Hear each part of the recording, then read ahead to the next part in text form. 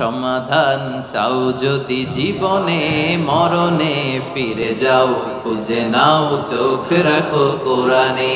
সমাধান চাও যদি জীবনে মরণে ফিরে যাও, খুঁজে নাও চোখ রাখো কোরআনে। সমাধান চাও যদি জীবনে মরণে ফিরে যাও, খুঁজে নাও চোখ রাখো কোরআনে। আলহামদুলিল্লাহ বলেন। সব কিছুর সমাধান দিতে পারে।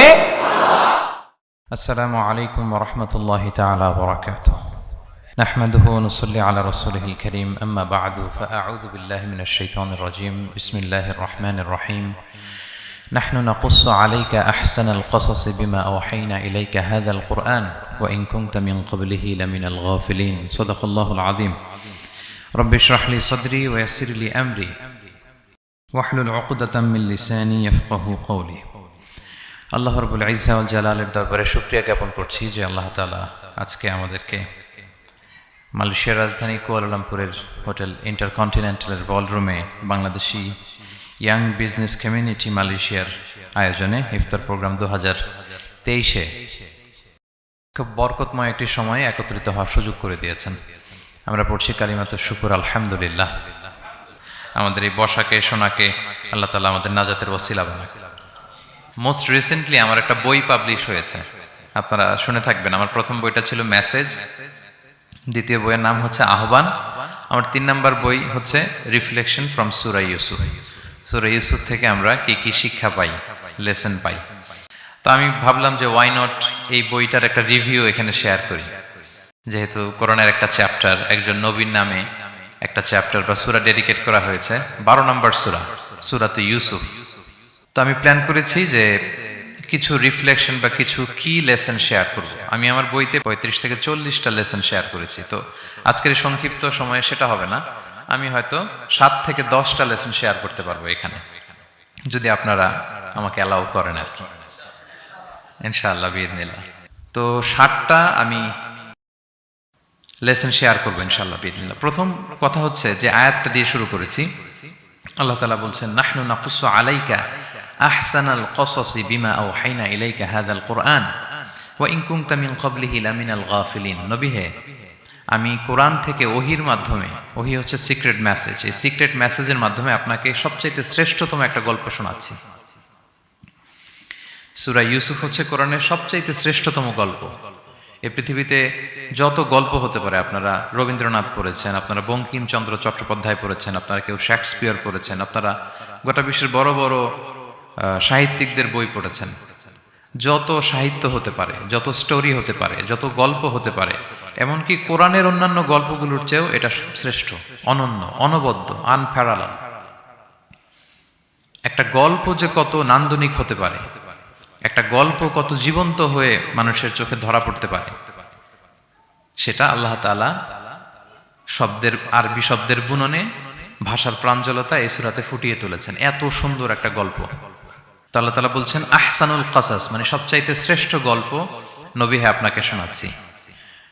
গল্পকে আরবিতে বলে কিসসা, এর প্লুরাল হচ্ছে কসস। তো কিচ্ছা বললেই মনে করবেন না যে এটা খারাপ জিনিস। অনেকে বলে আরে উনি তো কোরআন হাদিস দিয়ে কিছু বলে না, খালি কিচ্ছা বলে। কিচ্ছা কিন্তু কোরআনে এসেছে, অনেক নবীর কসস কোরআনে এসেছে। তো সেটা যদি কোরআন থেকে কিচ্ছা হয় বা ঘটনা হয়, স্টোরি টেলিং হয়, দ্যাটস গুড, অ্যাপ্রিশিয়েটেড, রেকমেন্ডেড। তো আল্লাহ গল্প কেন বললেন কোরআনে, এবং শ্রেষ্ঠ গল্প পরে আল্লাহ তাআলা স্টেটমেন্ট দিলেন আহসানাল কসাস, সবচেয়ে শ্রেষ্ঠ গল্প ইউসুফের গল্প। কারণ কি? কারণ গল্প মানুষকে আকৃষ্ট করে। গল্প মানুষকে কি করে? আকৃষ্ট করে। অনেক সময় দেখা যায় যে আমরা যখন তাত্ত্বিক কথা বলি, মানুষ হাই তোলে, কেউ এদিক সেদিক তাকায়, একটা ঝিমুনি ঝিমুনি ভাব। কিন্তু যখন ঘটনা বলি, একটা গল্প যখন শুরু করি, তখন একেবারে নড়ে চড়ে বসে সবাই, মানে কি হইলো দেখি, শেষ পর্যন্ত কোথায় যে ঠেকে। তো এই জন্য আল্লাহ তাআলা মাঝে মাঝে আমাদেরকে গল্প শুনিয়েছেন। ইহুদিদের কাছ থেকে, মদিনা ইহুদিদের কাছ থেকে একটা প্রশ্ন শিখে আসছিল কুরাইশরা। ওই প্রশ্নটা রাসূল সাল্লাল্লাহু আলাইহি ওয়াসাল্লাম করেছিল যে বনি ইসরাইলের, হে মুহাম্মদ, বনি ইসরাইলের লোকেরা তো থাকতো কানাআনে, মানে প্যালেস্টাইনে। তো বনি ইসরাইল মিশরে আসলো কিভাবে? তুমি যদি সত্য নবী হও বলো। আবার কেউ কেউ বলেছিল যে ইউসুফ আলাইহিস সালাম, ইয়াকুব আলাইহিস সালাম, ওনারা থাকতো প্যালেস্টাইনে, ওনারা মিশরে আসলো কি করে বলো।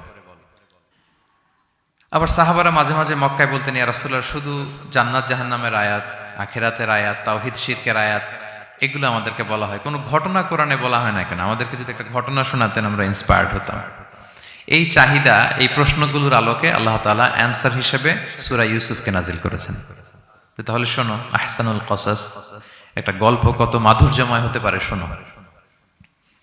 এবং এর মধ্য দিয়ে আল্লাহ তাআলা বলেছেন বনী ইসরাইল কিভাবে প্যালেস্টাইন থেকে ইজিপ্টে মাইগ্রেট করলেন।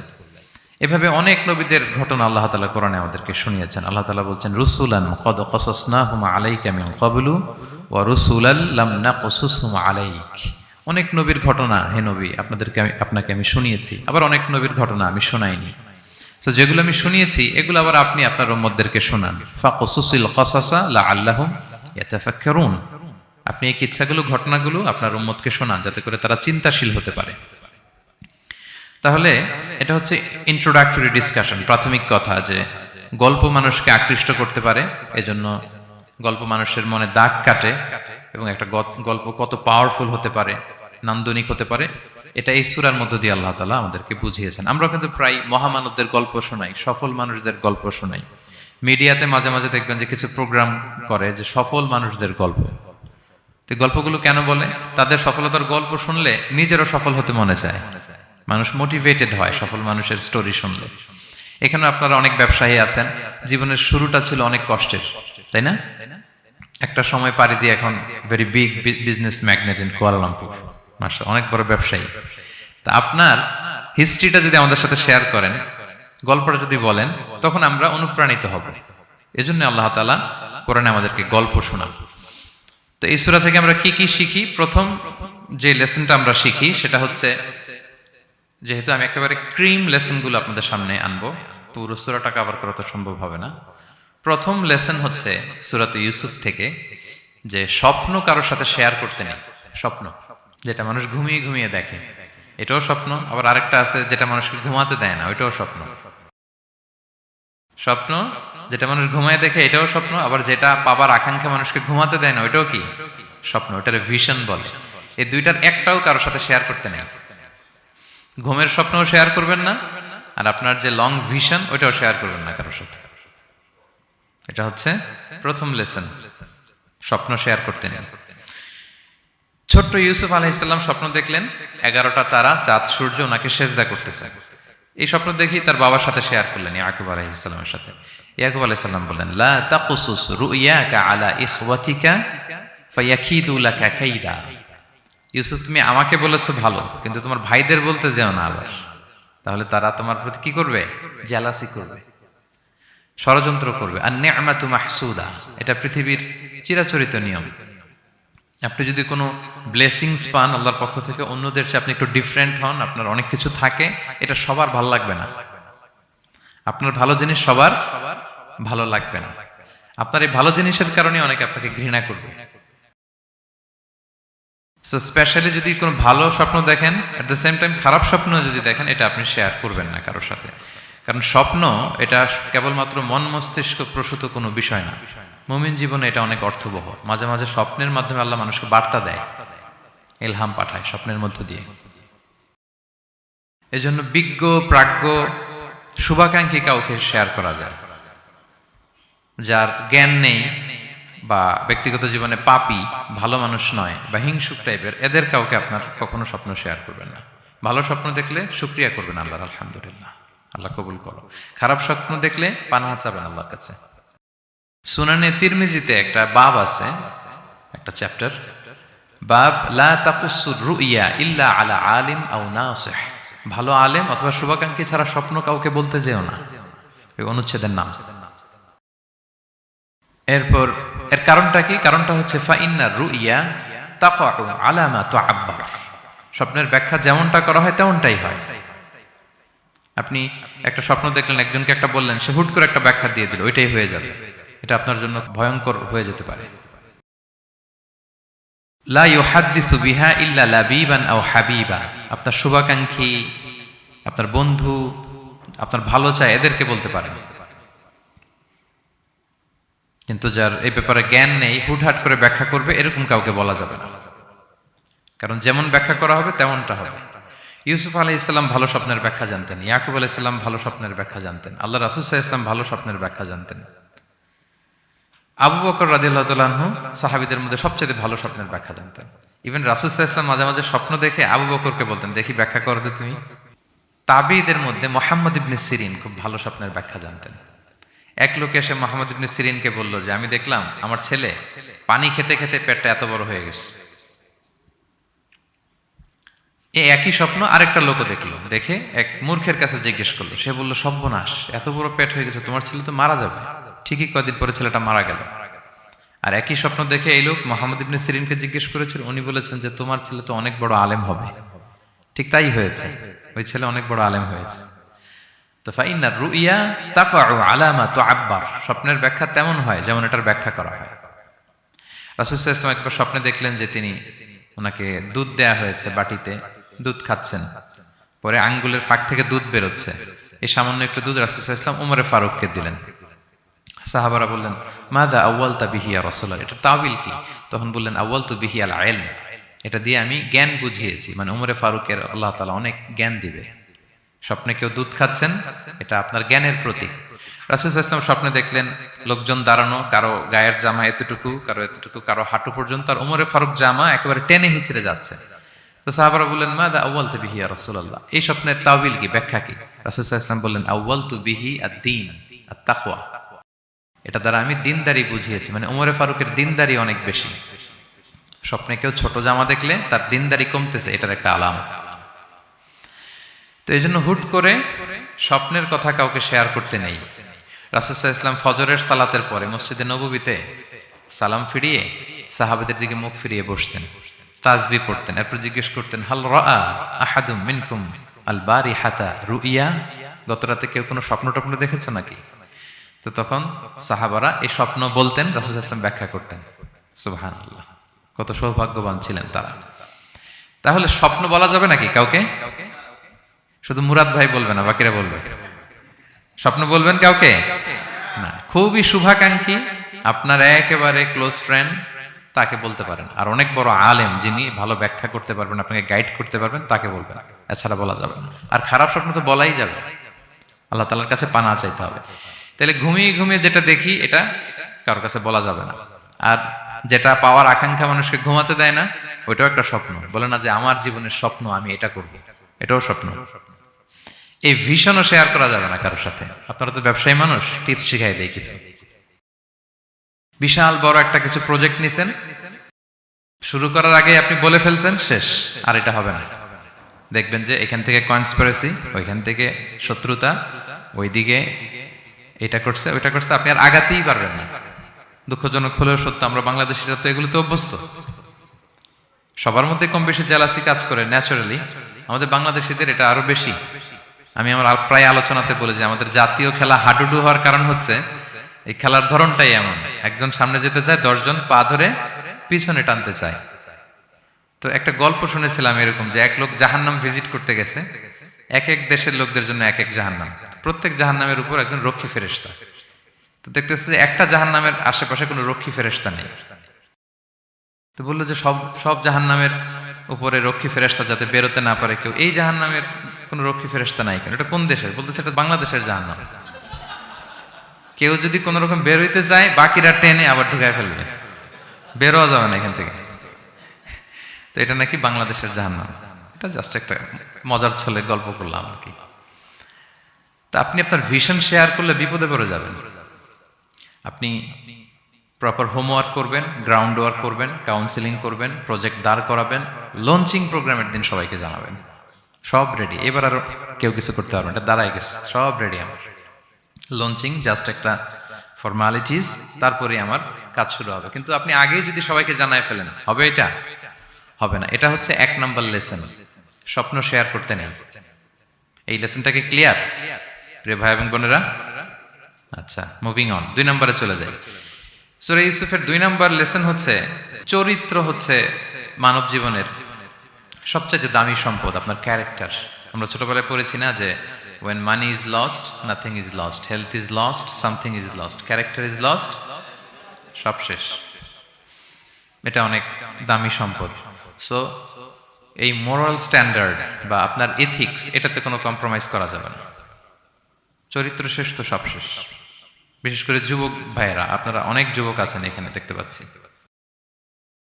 এই চারিত্রিক উন্নত চরিত্র, এটা আল্লাহ তালার কাছে অত্যন্ত প্রিয়, এবং যারা চরিত্র হেফাজত করতে চায়, যে যুবক, আল্লাহ তালা তাদেরকে সাহায্য করা নিজের জন্য অবধারিত করেছেন, তাকে হেল্প করা, যে নিজের চরিত্র বাঁচাতে চায়। রাসূল সাল্লাল্লাহু আলাইহি ওয়াসাল্লাম বলেছেন, সালাসাতুন হাক্কুন আলাল্লাহি আউনুহুম, 3 শ্রেণীর ব্যক্তিকে সাহায্য করা আল্লাহ নিজের উপর আবশ্যক করেছেন। এর মধ্যে এক শ্রেণী হচ্ছে ওয়ান্নাকিহ আল্লাযী ইউরিদুল আফাফ, এমন যুবক যে বিয়ে করে নিজের চরিত্র হেফাজত করতে চায়। সেম গোস টু ফিমেল, নারীদের ক্ষেত্রেও একই কথা। প্রত্যেকের ক্ষেত্রে, যুবক যুবতী প্রত্যেকের জন্যই তার চরিত্রটা তার জীবনের সবচাইতে দামি সম্পদ, এবং এটা হেফাজতের একমাত্র মাধ্যম হচ্ছে বিয়ে। বিয়ে হচ্ছে আমাদের চরিত্র হেফাজতের রক্ষা কবচ। এবং রাসূল সাল্লাল্লাহু আলাইহি ওয়াসাল্লাম যুবক যুবতীদেরকে উদ্দেশ্য করে বলেছেন যে ইয়া মাআশারা শাবাব, হে যুবক যুবতীরা, মান ইসতাতা মিনকুমুল বাআতা ফালিয়াতাযাওয়াজ, তোমাদের যাদের সক্ষমতা আছে তোমরা বিয়ে করে ফেলো। টাইমলি ম্যারেজ আমরা সবসময় বলি, সময় মতো করতে হবে। ফাইন্নাহু আগাদ্দু লিল বাসার, বিয়ে করলে দৃষ্টি সংযত হয়। ওয়া আহসানু লিল ফারাজ, প্রাইভেটস এটা হেফাজতে থাকে, লজ্জাস্থান। ওমান লাম ইয়াস্তাতি', যদি কারো সক্ষমতা না থাকে, ফা আলাইহি বিস-সাওম, সে যেন রোজা পালন করে। ফা ইন্নাহু লাহু বিজা, এটা তার জন্য ঢাল স্বরূপ। তাহলে অন টাইমে ম্যারেজের কথা রাসূল সাল্লাল্লাহু আলাইহি ওয়াসাল্লাম আমাদেরকে বলেছেন। এবং এই যৌবন এটা কিন্তু একটা হিউজ এনার্জি। ইয়স, আপনাদের নামও তো দিয়েছেন কি, Bangladeshi young business community Malaysia presents. তো আপনারা হচ্ছেন সবাই এখানে যুবক, তাগড়া যুবক। এই যৌবন, 5টা প্রশ্নের উত্তর না দিয়ে কিয়ামতের ময়দানে মানুষ পা নাড়াতে পারবে না। এর মধ্যে একটা প্রশ্ন হচ্ছে, তোমার জীবনের যে মাহেন্দ্রক্ষণ যৌবন, এটা তুমি কিভাবে কাজে লাগিয়েছো, তোমার ইয়ুথ, এটার ব্যাপারে আপনি জিজ্ঞাসিত হবেন। সো এই যৌবনটা এটা আমাদের কাছে আমানত। এজন্য রাসূল সাল্লাল্লাহু আলাইহি ওয়াসাল্লাম অসংলগ্ন দৃষ্টিপাত করতে আমাদেরকে নিষেধ করেছেন, দৃষ্টি যাতে আমরা হেফাজত করি। এবং তিনি বলেছেন, 2টা অঙ্গের গ্যারান্টি যদি আমাকে কেউ দেয় যে এই 2 অঙ্গের পাপ কেউ করবে না, আমি নবী তাকে জান্নাতের গ্যারান্টি দেই। মাইয়াদমান লি মা বাইনা লিহিয়াইহি ওয়া মা বাইনা রিজলাইহি আদমান লাহুল জান্নাহ। 2 অঙ্গ কোনটা? 2 চোয়ালের মাঝখানে যেটা থাকে মানে জিহ্বা, আর হচ্ছে 2 পায়ের মাঝখানে যেটা থাকে মানুষের প্রাইভেট। এই 2 অর্গান, 2 অঙ্গের পাপ যদি কেউ করবে না বলে আমি নবীকে গ্যারান্টি দেয়, আমি নবী তাকে জান্নাতের গ্যারান্টি দেই। এই 2 অঙ্গ দিয়ে বেশি পাপ হয় মানুষের, খেয়াল করে দেখবেন, বেশি পাপ হয়। তো এই জন্য ইসলাম বিবাহ বহির্ভূত সকল সম্পর্ককে হারাম করেছে, বিয়েকে হালাল করেছে। বিয়ের মধ্যে প্রশান্তি আছে, প্রাপ্তি আছে, দায়িত্বশীলতা আছে। অনেকে বলে যে আমি লিভ টুগেদার করবো, এখানে ইসলামের এত সমস্যা কেন? আমি আমার সূরা নূরের একটা লাইভ সিরিজ করতেছি, ওখানে বিস্তারিত বলেছি যে এখানে অনেক সমস্যা আছে। আপনি এই বাংলাদেশের পার্সপেক্টিভে যদি বলি, ঢাকা মেডিকেলের ডাস্টবিনে প্রায় নবজাতক বাচ্চা পাওয়া যায়, পত্রিকায় আসে, হয় জীবিত নয় মৃত। তো ওই যে বাচ্চাটা যে আপনি প্রাণ নষ্ট করলেন, এই অধিকার কি আমার আছে? নাই। কারো প্রাণ হরণের অধিকার তো আমার নেই। আরে বাচ্চাটা যদি জীবিত থাকে, এবার তার লাইফটা দেখেন কিরকম, কত হ্যাসেল। তার কোনো হিস্ট্রি নাই, তার হিস্ট্রি ইজ মিসিং। তার বাবা নাই, তার মা নাই।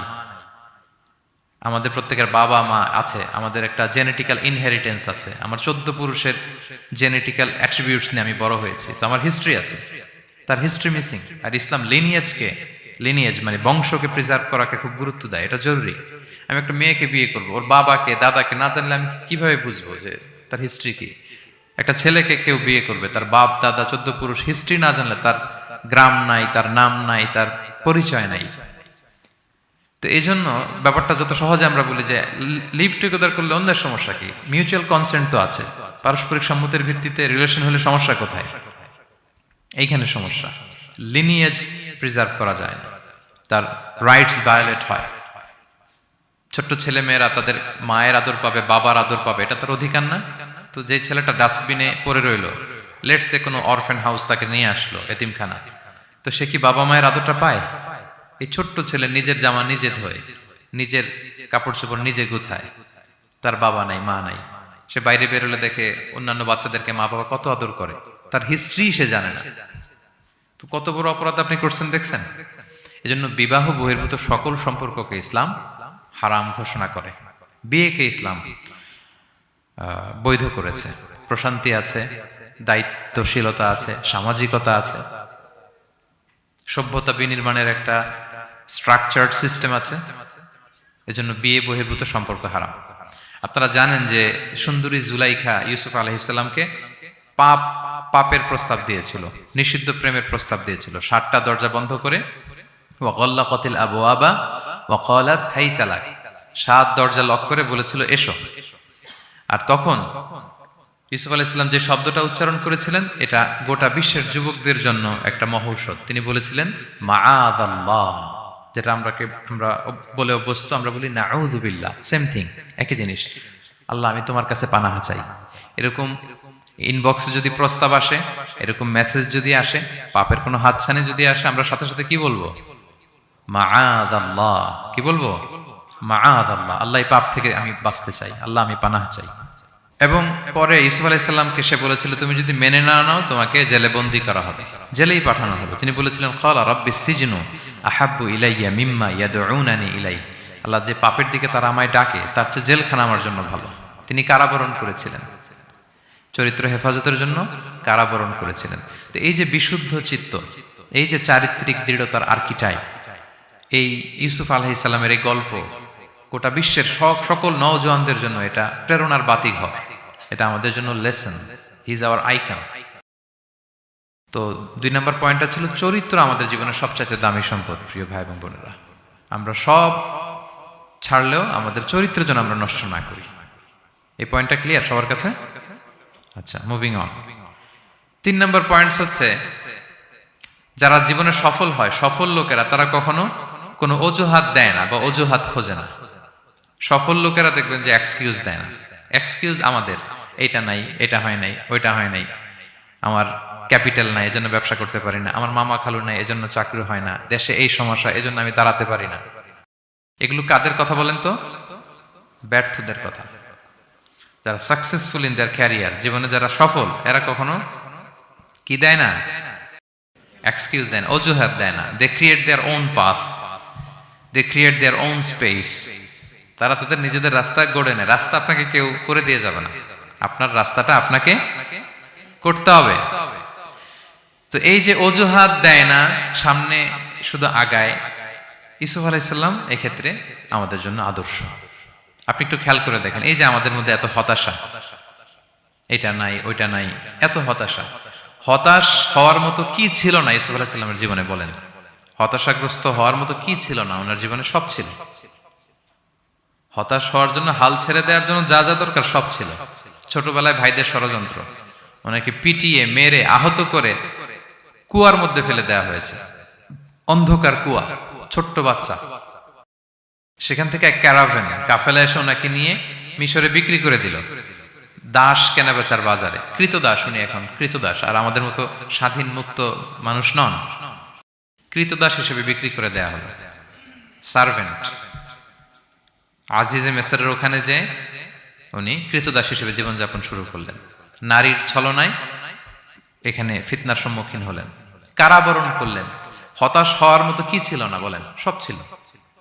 উনি তো হাল ছেড়ে দিলে, ইউসুফ আলাইহিস সালামের সবার আগে হাল ছেড়ে দেওয়ার কথা ছিল। কুয়ার মধ্যে যখন পড়ছে, খালাস, আমি শেষ, আমার তো জীবনে আর কোনো আলো নাই। দাস কেনাবেচার বাজার যখন বিক্রি, তখনই তো হাল ছেড়ে দেওয়ার মতো, আমার জীবন তো শেষ, মুক্ত জীবন তো আর নাই। জুলাইখা যখন অত্যাচার করতেছিল, তখনই হাল ছেড়ে দেওয়ার মতো ছিল। জেলখানায় মোর দেন আ ডেকেড, 12 বছর জেলখানায় ছিল, মানে মোর দেন 10 ইয়ার্স, 10 বছরের বেশি। তো তারপরও তিনি কি করেন নাই? অজুহাত দেয় নাই। ধৈর্যের সাথে, সাহসিকতার সাথে একটার পর একটা পথ পরিক্রমা তিনি পাড়ি দিয়েছেন। এবং দেখেন যে উনি জেলখানার ভেতরে যে পুরো জেলখানার পরিবেশ চেঞ্জ করে ফেলছিলেন আল্লাহর নবী ইউসুফ আলাইহিস সালাম। জেলখানায় কারা যায় বলেন তো দেখি? চোর, ডাকাত, গুন্ডা, বদমাশ, তাই না? তো ওখানে যে উনি দেখলেন যে কারা কর্তৃপক্ষ এই গুন্ডা বদমাশদেরকে নিয়ন্ত্রণে রাখতে হিমশিম খাচ্ছে। আল্লাহ নবী ইউসুফ আলাইহিস সালাম ওনার চারিত্রিক মাধুর্যতা দিয়ে, ওনার পার্সোনালিটি দিয়ে ওনার আচরণ দিয়ে সবকিছু দিয়ে সবার মন জয় করে ফেলেন। কয়েক মাসের ব্যবধানে পুরো মিশরের জেলখানা ওনার নিয়ন্ত্রণে। সবার অসুস্থ যারা সেবা শুশ্রূষা করলেন, যাদের কাউন্সেলিং দরকার কাউন্সেলিং করতে লাগলেন। মাঝখানে আবার দুইজন কয়েদি স্বপ্ন দেখলো, তারা দেখলো যে এখানে স্বপ্ন বলতে হলে ইউসুফকেই বলতে হবে। ইউসুফ আলাইহিস সালামের কাছে বললো, উনি সুন্দর স্বপ্নের ব্যাখ্যা করলেন। এরপর প্রপার একটা টাইমে দাওয়াতি কাজ শুরু করলেন। তার মানে আপনার রাস্তা যদি একটা বন্ধ হয় আরো 10টা খোলা, ঠিক কিনা? একটা দরজা বন্ধ, আল্লাহ তাআলা আরো অনেকগুলো দরজা খুলে দিবেন। One door is closed, many doors are open, আরদুল্লাহি ওয়াসিআ। দাওয়াতি কাজ আপনি করতে চাইলে অনেক জায়গা খোলা আছে। এবং জেলখানা, কারাবরণ কোনো কিছু দিয়ে আল্লাহ নবী ইউসুফ আলাইহিস সালামকে দমানো যায় না। দমানো গিয়েছে না। যেন সফলরা এগুলো বলেন, আমি তো কারাবরণ করছিলাম, আমি তো 10 বছর ছিলাম না, আমার তো এই সমস্যা। এগুলো সফল লোকদের কথা না। আপনারা নেলসন ম্যান্ডেলার নাম শুনেছেন? সাউথ আফ্রিকার প্রথম প্রেসিডেন্ট। উনি কত বছর কারাবরণ করেছিলেন জানেন? 27 বছর। 27 বছর উনি জেলখানায় ছিলেন। আজকে ওনার মৃত্যুর এত বছর পরেও কুয়ালালামপুরের এই ইফতার প্রোগ্রামে ওনার কথা আমরা স্মরণ করতেছি। কি সাকসেসফুল না?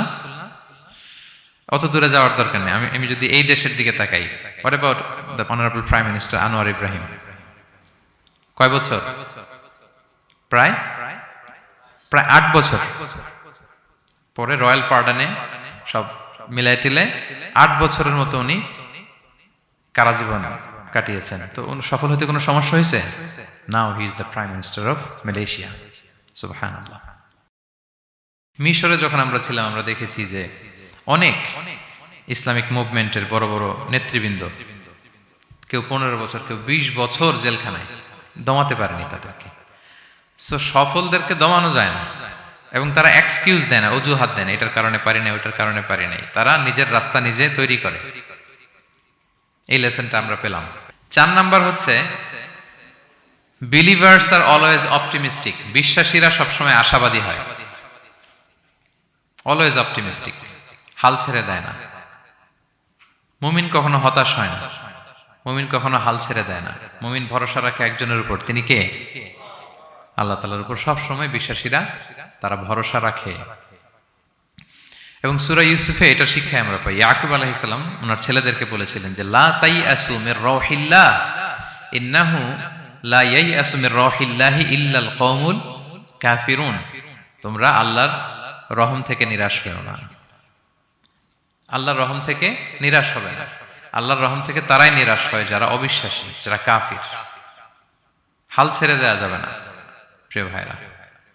এবং উনি প্রথমে ওনার ছেলে ইউসুফকে হারালেন, তারপরে বানিয়ামিনকে হারালেন, এরপর অন্যান্য ছেলেরা মিশরে চলে গেল শস্য আনার জন্য। তারপরে উনি আশা ছাড়েননি। উনি বলেছেন ফাসাবরুন জামিল, যে কোনো পরিস্থিতিতে আমি ধৈর্য ধারণ করছি। আসাল্লাহু আইয়া আতিয়ানি বিহিম জামিআ, এবং আমি আশাবাদী যে আল্লাহ সবাইকে আমার কাছে ফিরিয়ে দিবেন একদিন।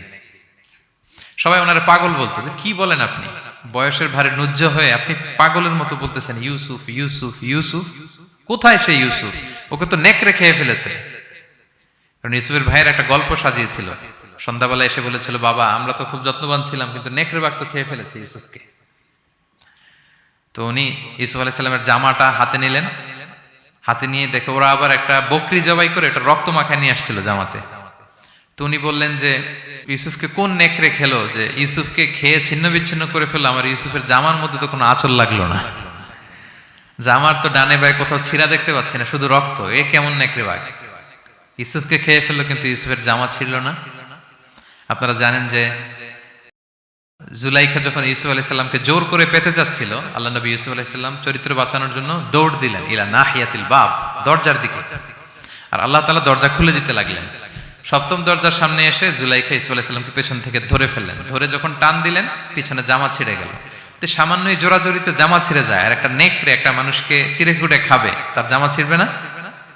ছিঁড়বে। ওই জামা দেখেই উনি আন্দাজ করে ফেলছেন যে এটা মিথ্যা কথা, আমার ইউসুফকে নেকড়ে বাঘ খায়নি। এই যে অপরাধীরা যখন অপরাধ করে তারা সব আলামত মুছতে পারলো, একটা আলামত বাকি থেকে যায়। কোনো না কোনো আলামত থাকবে যেটা রেশ ধরে সিআইডিরা, ক্রিমিনাল ইনভেস্টিগেশন ডিপার্টমেন্টের লোকেরা তারা অপরাধীকে শনাক্ত করে ফেলে। তো ছোটবেলায় ইউসুফ আলাইহিস সালামকে হারালেন, এরপরে বানিয়ামিনকে হারালেন, এরপরে ছেলেরা গেল শস্য আনতে, কেউ নাই ওনার পাশে। কিন্তু উনি বললেন যে আমি বিশ্বাস করি, আমি আশাবাদী। উনি বলেছিলেন আমি আশাবাদী যে আল্লাহ তাআলা সবাইকে একদিন আমার কাছে ফিরিয়ে দেবেন, এবং তাই হয়েছে। সবাইকে আল্লাহ তাআলা ওনার কাছে এনে দিয়েছিলেন এবং ওনারা সবাই মিশরে চলে গিয়েছিলেন। এক মহা পুনর্মিলন হয়েছিল পিতা পুত্রের সেদিন, দীর্ঘ প্রায় 30-40 বছর পর। তো এই জন্য আমরা সবসময় আশাবাদী থাকবো, optimistic, never be pessimistic, try to B optimistic always. সবসময় আপনি আশাবাদী হবেন। রাসূল সাল্লাল্লাহু আলাইহি ওয়াসাল্লাম সবসময় আশাবাদী থাকতেন। যে কোনো একটা দিকে নেগেটিভিটি থাকবে, পজিটিভিটি থাকবে, আপনি কোনটা নেবেন? পজিটিভটা আপনি নেবেন। একটা উদাহরণ আছে না, যে এরকম একটা গ্লাসের অর্ধেক যদি পানি থাকে, কেউ দেখে অর্ধেক খালি, কেউ দেখে অর্ধেক পানি ভর্তি, তো আপনি অর্ধেক যে পানি ভর্তি ওইটা খেয়াল করবেন, আশাবাদী হবেন। আশাবাদী লোকদেরকে আল্লাহ তাআলা পছন্দ করে। নিরাশ হয় যারা কাফির, অবিশ্বাসী তারা। আর শয়তানের সবচেয়ে বড় মিশন হচ্ছে আমাদেরকে হতাশ বানানো। আমাদেরকে কি বানানো? সে আমাদেরকে হতাশ বানাইতে পারলে সে সাকসেসফুল। সে আমাদেরকে বোঝাতে থাকে, এত পাপ করেছিস, আল্লাহকে তোরে মাফ করবে? মনে হয় করবে না। এত পাপ হয়ে গেছে, এত অন্যায় হয়ে গেছে, মনে হয় আল্লাহর পাপ করবে, মাফ করবে না। যা হয়েছে হয়েছে, আরেকটু কর, আরেকটু এনজয় করতে থাক, আরেকটু গা ভাসায় দে পাপের সাগরে। এরকম আপনারে প্রভোগ করতে থাকে সে। আপনাকে আশাবাদী হতে দেয় না যে না, আমি পাপ যতই করি, আমার পাপ যত বড় হোক, আল্লাহর রহমতের দরিয়া তার চাইতেও বড়। এটা ভাবতে দেয় না শয়তান। আমাদের বারবার বারবার নিরাশ করতে থাকে। নিরাশ যদি আমাদেরকে করতে পারে, শয়তান সফল। শয়তান সবসময় আমাদেরকে নিরাশ করতে চায়, ভয় দেখায়। তুমি যে এই পাপ করেছো, আল্লাহ তো মাফ করবে না, এত বড় পাপ তো আল্লাহর কাছে ক্ষমা হবে না। সো আমরা যেন আশাবাদী হই, আমরা যেন হতাশার সাগরে ডুবে না যাই, অপটিমিস্টিক যেন হই, সম্মানিত ভাইয়েরা। এবং ইউসুফ আলাইহিস সালাম কিন্তু এক্ষেত্রে আমাদের জন্য আদর্শ। তিনি আশাবাদী ছিলেন এবং শেষ পর্যন্ত লড়াই করে গিয়েছেন। নিরাশ হওয়া যাবে না। এই পয়েন্টটা ক্লিয়ার সবার কাছে? 5 নাম্বার লেসন হচ্ছে, আপনি যদি বড় কোনো কাজ করতে চান, আপনার বড় প্ল্যান লাগবে, যেটাকে আমরা মাস্টার প্ল্যান বলি। বড় কিছু করতে হলে মাস্টার প্ল্যান লাগে এবং আপনার প্রপার ম্যানেজমেন্ট লাগবে। প্ল্যানিং ছাড়া পৃথিবীতে কিছু হয় না। প্ল্যানিং যে কোনো কাজে, যে কোনো ক্যারিয়ারে, যে কোনো প্রফেশনে প্ল্যানিং ছাড়া বড় কোনো কিছু হয় না। আপনি প্ল্যানিং করেন, হার্ড ওয়ার্কিং করেন, সফলতা আপনাতেই এসে ধরা দেবে। এটা পৃথিবীর সুন্নাত। আপনি কাজ করবেন না, প্রচেষ্টা করবেন না, আল্লাহর উপর ভরসা করে রাখবেন, আল্লাহ আপনারা বাঁচাবে? বলেন, চেষ্টা করতে হবে। তাওয়াক্কুলের মেকানিজমটা এরকম, আপনি আপনার সর্বোচ্চটুকুন চেষ্টা করবেন, সর্বোচ্চ চেষ্টা করে এরপরে কার উপর ভরসা করবেন?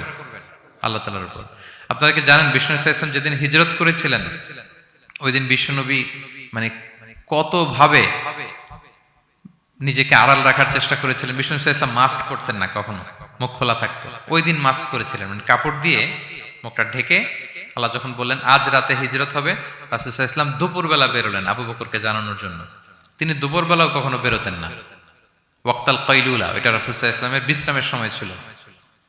বাদা যাহিরা, যোহরের পরে বিশ্রাম নিতেন। প্রচন্ড গরম, আরব দেশের লোকেরা বেরোতো না তখন, রাসূল সাল্লাল্লাহু আলাইহি ওয়াসাল্লাম বেরোতেন না। ওই দিন তিনি ওই টাইমে বেরোলেন যাতে কেউ না দেখে, নাম্বার 1। নাম্বার 2, উনি সবসময় খোলা মুখে বেরোন। ওই দিন তিনি মুখ ঢেকে বেরোলেন যাতে দূর থেকে কেউ দেখলেও একটা গ্ল্যান্সে টের না পায় এটা মুহাম্মদ। আচ্ছা, নাম্বার 3, আবু বকর রাদিয়াল্লাহু তাআলার কাছে যেয়ে বলেন, আবু বকর, যারা ঘরে আছে একটু বের করো, খুব কনফিডেন্সিয়াল একটা কথা। আবু বকর বললেন, ইয়া রাসূলুল্লাহ, এটা তো আপনার পরিবার, মানে বিয়ে হয়ে গেছে অলরেডি আয়েশা রাদিয়াল্লাহু তাআলার সাথে, এখনো সংসার হয়নি, তো আপনার পরিবার, তারপর আসমা, এরা। বলছে আচ্ছা তাহলে ঠিক আছে। আবু বকর বললেন, ইয়া রাসূলুল্লাহ বলেন। আল্লাহ রাসূল বললেন, আল্লাইলা, সংক্ষেপে, মেসেজ কিন্তু সংক্ষেপে দিতে হয়। বললেন আল্লাইলা, আজ রাতে। তখন বললেন যে রাসূল, আমি কি সাথে থাকবো? হ্যাঁ, সাথে থাকবে তুমি।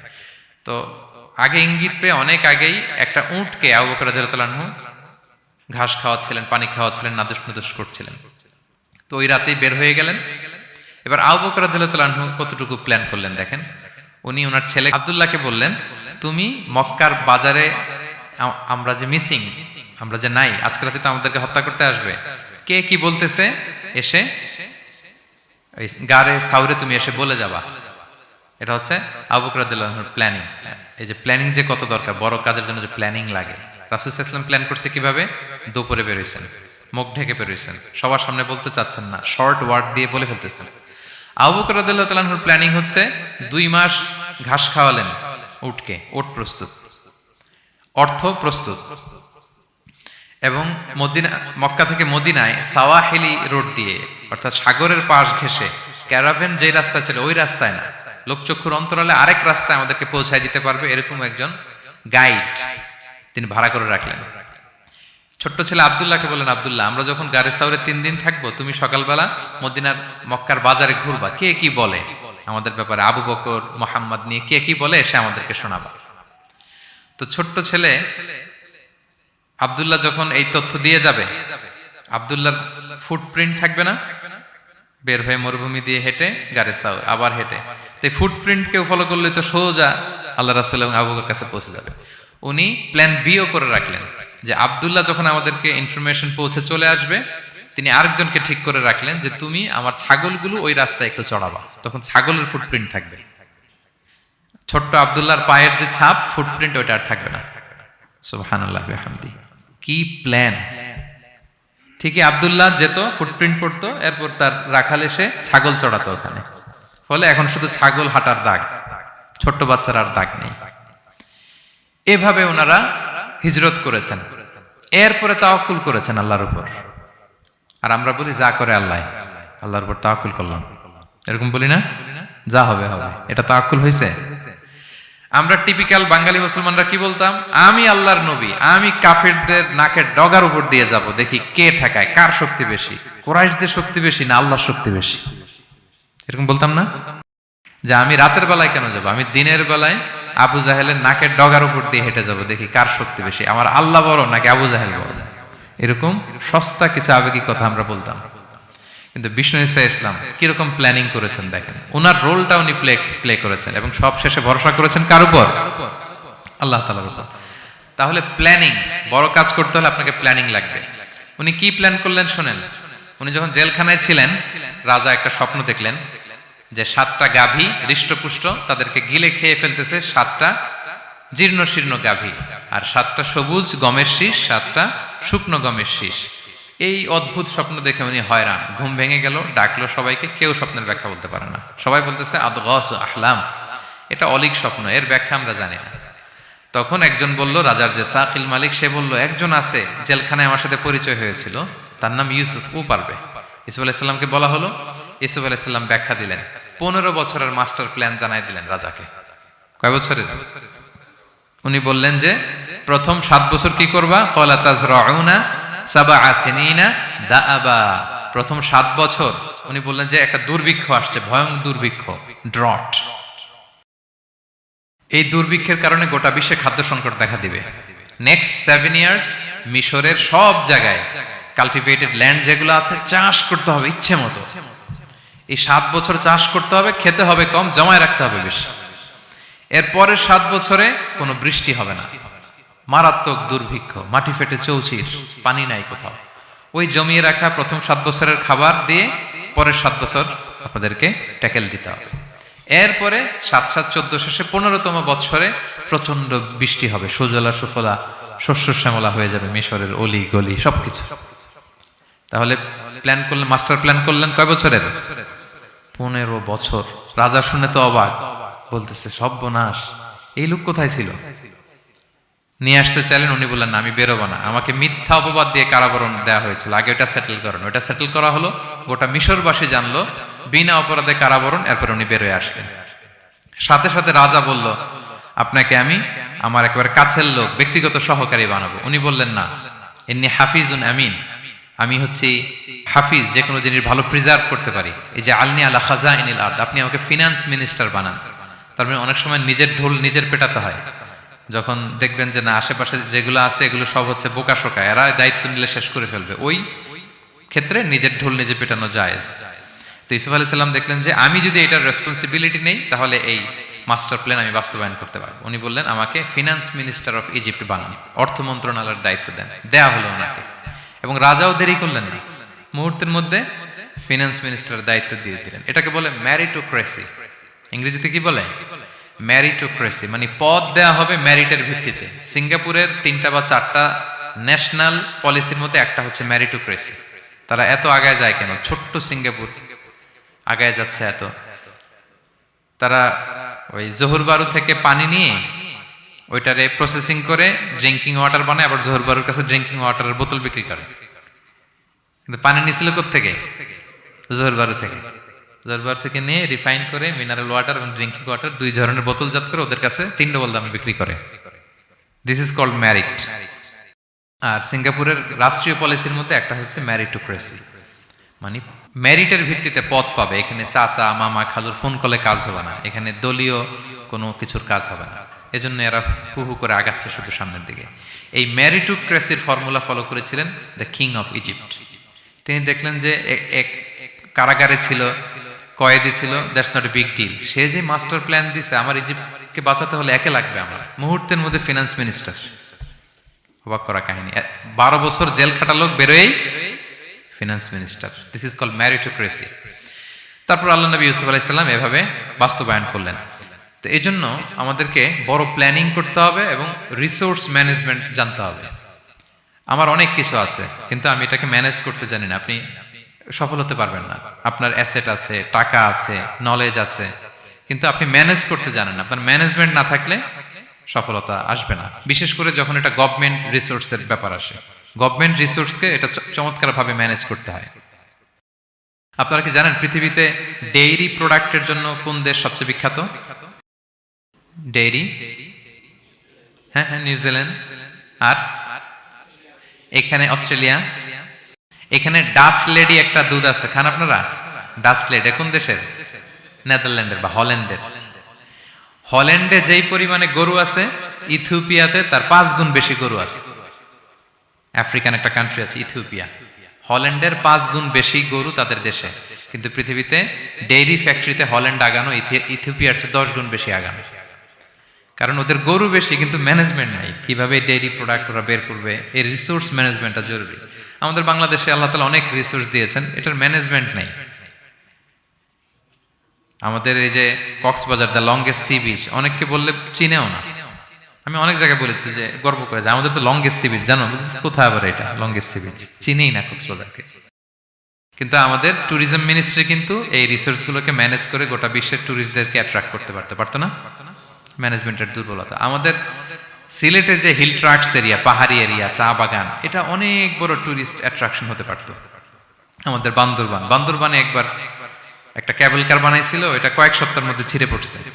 এই ঘটনা শুনলে বিদেশিরা তো দূরের কথা, আপনি উঠবেন ওটাতে আপনার বাচ্চা কাচ্চা নিয়ে? তা আমরা তো গেন্টিং হাইল্যান্ডে গেলেই ক্যাবল কারে উঠি। লাঙ্কাবিতে গেলে এই যে স্কাই কেবলে আমরা উঠি না, কি পাওয়ারফুল ক্যাবেল দিয়ে, এত সুন্দর ম্যানেজমেন্ট, এত সুন্দর সেফটি সিকিউরিটি দিয়ে ওরা এটাকে ম্যানেজ করেছে। গোটা বিশ্বের ট্যুরিস্টদেরকে আকৃষ্ট করতেছে। ওটার উপরে উঠলে আন্দামান দ্বীপপুঞ্জগুলো দেখা যায়। আপনারা যাবেন লাঙ্কাবির ওই ক্যাবল কারে, মালয়েশিয়ার সবচেয়ে উঁচু ক্যাবল কার, স্কাই ক্যাবল ব্রিজ আছে একটা। তো এই যে আমাদেরকে আকৃষ্ট করে এগুলো, কারণ they know how to manage their resources. Government লেভেলে এই রিসোর্স ম্যানেজমেন্টটা জরুরি, যেটা আল্লাহ নবী ইউসুফ আলাইহিস সালাম আমাদের চোখে আঙ্গুল দিয়ে দেখিয়েছেন। প্ল্যানিং লাগবে, মাস্টার প্ল্যানিং লাগবে, গ্রাউন্ড ওয়ার্ক লাগবে, এরপরে আপনি কাজে নামবেন। যে কোনো বড় কাজ করার আগে, যেহেতু আপনারা ব্যবসায়ী, তো আমি তো ব্যবসা বুঝি না, একটু জাস্ট শেয়ার করতেছি আর কি আপনাদের সাথে, যদি কাজে লাগে আপনাদের। যে কোনো বড় প্রজেক্ট করার আগে সর্ট অ্যানালাইসিস করতে হয়। নাম শুনেছেন না আপনারা? হ্যাঁ, সর্ট নাম শুনেছেন? আজকে শুনে যান। SWOT, সর্ট অ্যানালাইসিস করতে হয়। S for strength, W for weakness, O for opportunities, T for threats. আপনি একটা বড় কাজ করার আগে সর্ট অ্যানালাইসিস করতে হয় যে আমার এই কাজের স্ট্রেংথ কতটুকু আছে, আমার উইকনেস কি কি আছে, কি কি সমস্যা হতে পারে, এরপর অপরচুনিটিস কি কি থাকতে পারে, তারপর এই কাজ আমি দাঁড় করালে, প্রজেক্ট দাঁড় করলে কি কি থ্রেট আমাকে এখানে বাধাগ্রস্ত করতে পারে। এই গ্রাউন্ড ওয়ার্ক করার পরে এরপর আপনি বড় মাস্টার প্ল্যান নিয়ে আপনার প্রজেক্ট শুরু করবেন। প্ল্যানিং বড় প্রজেক্টের জন্য অনেক জরুরি, এবং রিসোর্স ম্যানেজমেন্ট, বিশেষ করে গভর্নমেন্ট রিসোর্সের ক্ষেত্রে এটা খুবই জরুরি। এবং আল্লাহ নবী ইউসুফ আলাইহিস সালামের জীবনী থেকে এই লেসন কিন্তু আমরা পাই। এই পয়েন্টটা কি ক্লিয়ার সবার কাছে? 5 নাম্বার পয়েন্ট একটু কঠিন হয়ে গেল নাকি? ক্লিয়ার? 6 নাম্বার পয়েন্ট হচ্ছে এ দাঈ ইজ অ্যান অপরচুনিটি সিকার। আল্লাহ নবী ইউসুফ আলাইহিস সালামের জীবনী থেকে আমরা শিখতে পারি যে একজন দাঈ হচ্ছে সুযোগ সন্ধানী, পজিটিভ অর্থে আর কি। যখন প্রপার টাইমিংটা হবে তখন সে দাওয়া দিবে, তখন সে তার মেসেজটা ড্রপ করবে, তখন সে তার বার্তাটা দিবে। কিন্তু এটা আমাদের দেশে খুবই ল্যাকিং। আমাদের দায়ীরা দেখা যায় যে মানে খুবই অসহনশীল। সহনশীলতা আমাদের দায়ীদের মধ্যে বাংলাদেশে কম। মাইক্রোফোন পেলেই ও কাফের, ও জাহান্নামী, ও বাতিল, সবাইরে জাহান্নামে পাঠায়, উনি একাই জান্নাতে যেতে চায়। তো সবাই একসাথে গেলে আরো মজা হইতো না বেশি? কি বলেন? হ্যাঁ, এখানে আপনারা কেউ নাই, আমি একা আসছি, ঘুরতেছি, খাচ্ছি, এটা কি ভালো লাগবে আমার? এই যে আপনারা সবাই আসতেছেন, গেট টুগেদার হচ্ছে, এটাই না আনন্দ। তো সবাইরে জাহান্নামে পাঠাই, আমি একা জান্নাতে গেলে এটা মজা হবে? তো এটা বুঝাবে কে ওনাদের? কথায় কথায় সে বাতিল, সে কাফির, সে গোমরা, আর উনি একাই শুধু ভালো। এটা দায়ীর বৈশিষ্ট্য নয়। আরব শায়েখরা বলেন যে নাহনু দুআত লাসনা কুদাত, আমরা দায়ী, আমরা জাজ নই। আমাদের দায়ীরা দায়ীর চেয়েও জাজ হতে চায় বেশি। খুব জাজমেন্টাল, আমরা খুব বেশি অ্যাটাকিং কথা বলি, আমরা অন্যকে নাকচ করে দেই, বাতিল করে দেই। এটা দায়ীর কাজ নয়। দায়ীর কাজ শুধু পৌঁছে দেওয়া। দায়ীর কাজ কি? ওমা আলাইনা ইল্লাল বালাগ ওমা আলা রাসূলি ইল্লাল বালাগুল মুবিন লাস্তা আলাইহিম বিমুসাইতির। নবী আপনাকে দারোগা বানিয়ে পাঠায়নি, আপনি পিছনে পিছনে ঘুরবেন। ফালা আল্লাকা বাকিউন আলা নাফসিকা আলা আথারিহিম ইল্লাম ইউমিনু বিহাদাল হাদিসে আসাফা। মানে নবী আপনি তো পাগল হয়ে যাবেন ওদের পিছনে ঘুরতে ঘুরতে, ওরা ঈমান আনে না কেন, ওরা জান্নাতি হবে না কেন, এত পেরেশান তো হওয়ার দরকার নাই। আপনার কাজ শুধু পৌঁছে দেওয়া। হেদায়েত দেয়া না দেয়ার মালিক কে? আল্লাহ। ইন্নাকা লা তাহদি মান আহবাবতা ওয়ালাকিন্নাল্লাহা ইয়াহদি মান ইয়াশা। নবী আপনি যাকে চান হেদায়েত দিতে পারবেন না। আপন চাচা আবু তালেব এত ভালোবাসতো রাসূল সাল্লাল্লাহু আলাইহি ওয়াসাল্লামকে, ফিনান্সিয়াল সাপোর্ট, পলিটিক্যাল সাপোর্ট সব দিয়েছেন। রাসূল ভালোবাসতেন ওনাকে। মৃত্যু সজ্জায় শুয়ে আছে, চাচা একবার বলেন আশহাদু আল্লা ইলাহা ইল্লাল্লাহ ওয়া আশহাদু আন্না মুহাম্মাদুর রাসূলুল্লাহ, আমি বাকিটা আল্লাহর সাথে বুঝবো। উনি সবশেষে বললেন আলা মিল্লাতি আব্দুল মুত্তালিব, আমি আব্দুল মুত্তালিবের শিরকি বিশ্বাসের উপর শেষ নিঃশ্বাস ত্যাগ করলাম। তো রাসূল সাল্লাল্লাহু আলাইহি ওয়াসাল্লাম চাইলেও দিতে পারে? পারে না। তা আপনি দাঈ, আপনি এরকম জাজমেন্টাল কেন হবেন? আপনি এরকম অন্যকে নাকচ কেন করবেন? আপনার কাজ তো শুধু পৌঁছে দেওয়া। আমাদের কাজ কি? একজন দাঈ মোটেও জাজমেন্টাল হবে না, তিনি শুধু পৌঁছে দিবেন এবং প্রপার টাইমিং এর অপেক্ষায় থাকবেন। ইউসুফ আলাইহিস সালাম জেলখানায় ঢুকেই লা ইলাহার দাওয়াত দেননি, আগে সবার মাঝে নিজের একটা শক্ত অবস্থান নিশ্চিত করেছেন। যখন দেখলেন যে না, কেউ বিপদে পড়লে ওনার কাছে আসে, পরামর্শ চাইলে ওনার কাছে আসে, উনি ভাবলেন এই তো আমার টাইম। এরপর উনি শুরু করলেন মানে তাওহীদের কথাকে, শিরককে উচ্ছেদ করে তাওহীদ প্রতিষ্ঠার কথা এত সুন্দর আপনি সূরা ইউসুফের মধ্যে যেভাবে পাবেন অন্য কোথাও এরকম পাবেন না। অনেক সুন্দর করে এখানে তিনি দাওয়াত দিয়েছেন। তো দায়ীর কাজ হচ্ছে প্রপার টাইমিংটা করা। একজন দায়ী সবার সাথে মিশবে, দল মত নির্বিশেষে। গোটা বিশ্ব তার দাওয়াতি প্ল্যাটফর্ম। সে অনলাইনে, সে অফলাইনে, সে ক্যামেরার সামনে, সে কিবোর্ডে, সে মুসলিমের কাছে, অমুসলিমের কাছে, সবার কাছে আপনি মিশবেন। অনেক অমুসলিমরা আমাদের কথা শুনে, অনেক হিন্দু ভাইরা কথা শুনে, অনেক বৌদ্ধরা কথা শুনে, অনেক নাস্তিকরা কথা শুনে। হিজ মাই অডিয়েন্স। অনেক গুন্ডা মাস্তান আমাদের কথা শুনে। আপনি ওদের সাথে বসবেন, হাফ প্যান্ট পরে বসছে, গলায় স্বর্ণের চেইন, মদের গ্লাস নিয়ে বসছে, বসেন আপনি। দেখেন না এবিটলিও কি সুন্দর করে চলে যায়, সুন্দর করে। যে উনি আমাকে বলতেছে যে শায়েখ, আমি যে অনেক মেয়েদের সাথে বসি টসি, আমি কিন্তু মনে মনে শুধু আস্তাগফিরুল্লাহ পড়ি। আমাকে বলতেছে শায়েখ, এই যে আপনি দেখছেন ইন্দোনেশিয়াতে এখানে সেখানে আমি চলে যাই বিভিন্ন মদের বারে, এখানে সেখানে, আমি কিন্তু মনে মনে আস্তাগফিরুল্লাহ পড়ি। তার মানে তার চিন্তা চেতনা কত সুন্দর দেখেন, যে ওখানে তো যাইতে হবে আমাদের। পাপের জায়গায় আড্ডাখানায় না গেলে আপনি দাওয়াতটা দিবেন কোথায়? সো প্রপার একজন দায়ী, he is an opportunity seeker. Say proper timing বুঝে দাওয়াতটা দিবে। এবং একজন দায়ী দল মত নির্বিশেষে সবার কাছে কোরআনের কথা পৌঁছাবেন। যেই দায়ী ভেদাভেদ করেন অডিয়েন্সের মধ্যে, তিনি এই দাওয়াতি কাজের উপযুক্ত নন এবং দাওয়াতের এই মহান মর্যাদাকে তিনি হানি করছেন।